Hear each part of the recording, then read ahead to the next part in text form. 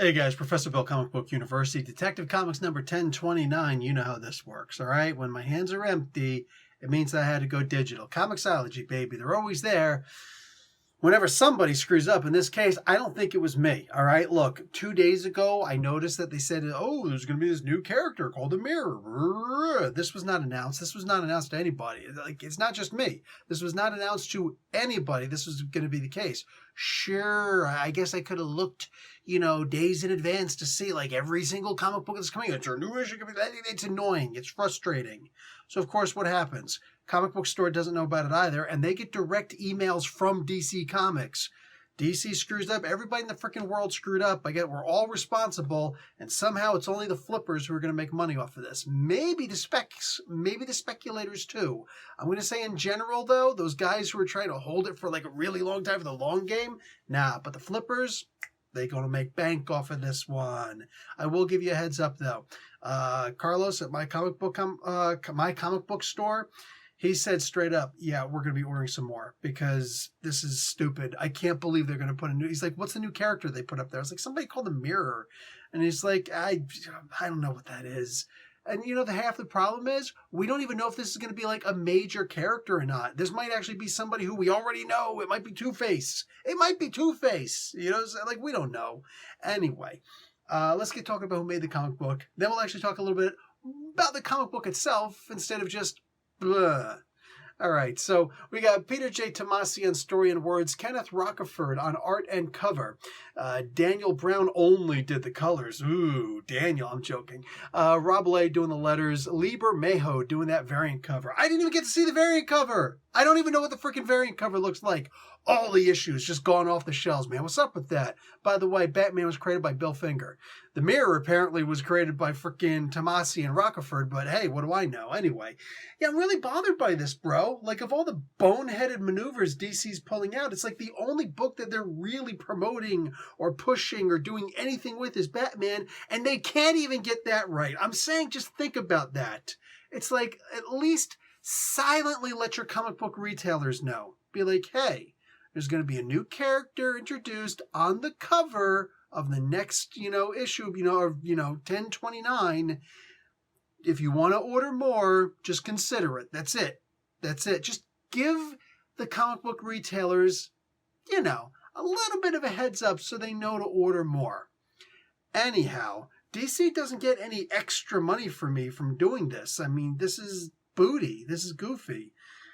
Regardless, the character shows up and he's actually got a lot to do with the book in and of itself. I don't know if he's the mayor or not, because that would be really, really freaking funny. That would be super funny. The mayor is this one-eyed guy. He's like what's that soldier who's is a congressman or something, like he's a congressperson someplace. Was it Texas? Anyway, yeah, that guy. He's a Republican, conservative, and it's like, I was in the military, but I'm going to do everything bad and get caught about it too, but show that my feelings are hurt when somebody makes a joke about me on freaking Saturday Night Live. Anyway, all of it's just goofy. This character in and of himself, there's actually some thought put into it, which is why I really hope that it's not Two-Face or somebody we've already seen before. You know what I'm saying? Like another villain who's just... Because that is a problem. When you think that it's going to be somebody special, like case in point, Virus, over in the freaking Marvel comic books, right? All it takes is one person. It could have been me saying, hey, look, here's this new person. Ooh. Turns out it was actually freaking Scorpion the whole time, Matt Gargan. Like, really? Mac Gargan, that's who it was? I'm so tired of this nonsense. Anyhow, so we've got the Mirror, and he's really just this, why did I bring in politics before? Because he's kind of like in a bit like a Bernie Sanders or another person who's just, he seems to be larger than life, and he's going to slowly, you can tell right now, he's going to start building up more and more of a following. Building up more and more crowds as we go on, right? Kind of like the Donald Trump effect. We just thought, oh, this guy's a joke. Pretty soon this guy's filling packed arenas. Like, that's crazy to see something like that. So this guy, he's doing something similar and saying, We want to hold our people responsible. We want to hold their feet to the fire. And damn it, they need to unmask. Unmasking, it's necessary. We need transparency. The lines that he gives almost had me voting. Whatever his column was, almost had me voting straight down that column the entire time, bro. Like, this was the things he was saying, what he was talking about, everything. You know, you might say that I'm hypocritical because I'm also wearing a mask, but no, that's not the case. This can't be about one person. It has to be about all of us. So I want you to see all of yourselves when you look at me. Same thing with reporters. I want them to see themselves also. But it's like, can I have a sip of the Kool-Aid? Because that works. That actually works really well.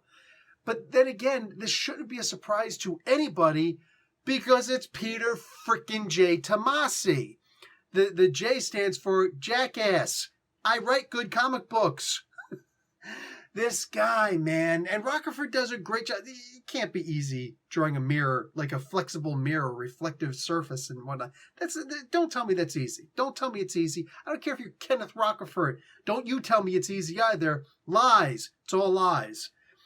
This was brilliant from the beginning to the end. Look, of course, you've also got, this is the first time we get to see Bruce's brownstone, like the inside and all that good stuff, like in detail. We get to see Bruce is actually, for him, this is him slumming, right? There's a lot that we get to see here. A whole lot. We get to see, what do you call it? Okay, here's one thing I wish I didn't see really quick. Besides the fact that he's already getting things blown up and blasted all over the place, like somebody goes and shoots out his freaking tire on his bet bike. That's going to cost you, bro, because you can't, like, you could barely afford gas at this point. How are you going to be able to afford to do this? The other millionaire or billionaires making fun of him for showing up at billionaire functions, like, I'm surprised to see you show your face around here since you're not worth as much. I still got something saved on the mattress. Don't make fun of me. Stop. I'm triggered. Like, this is great. Seeing all these different facets to what's going on. Bruce getting shot up. You know, his costume getting shot up and whatnot. The one guy expending some rounds right behind the back of his head. Hello? That's going to hurt.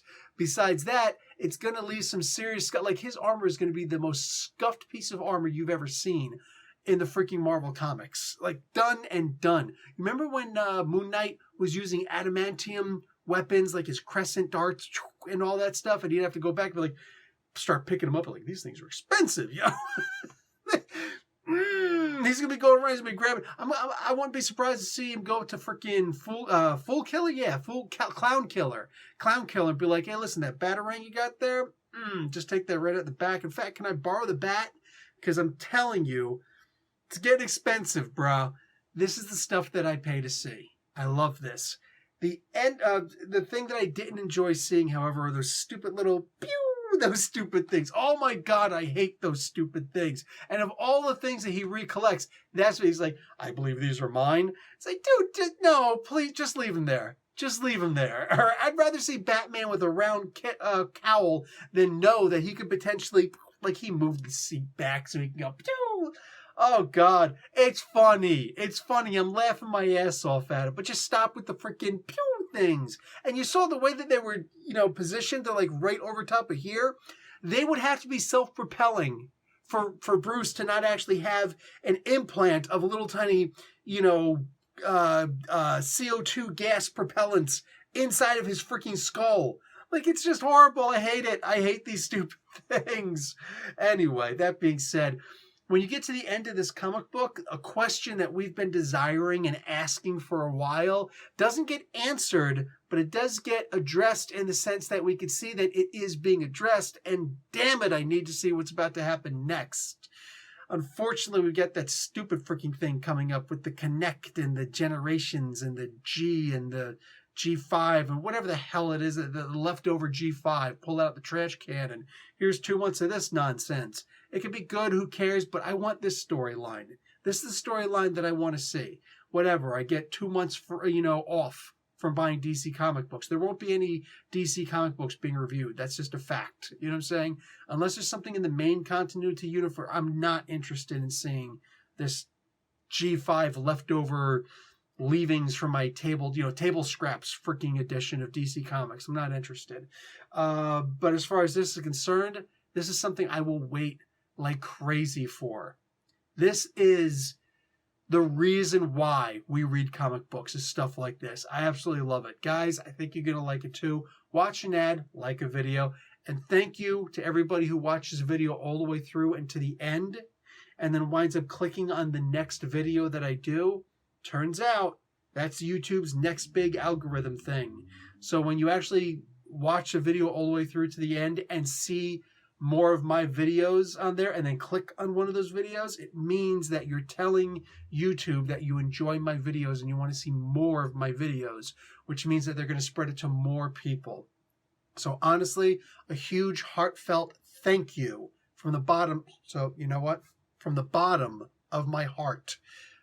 Much appreciated. I'll talk to you guys later. More reviews forthcoming. Professor Bill, Comic Book University. Class dismissed.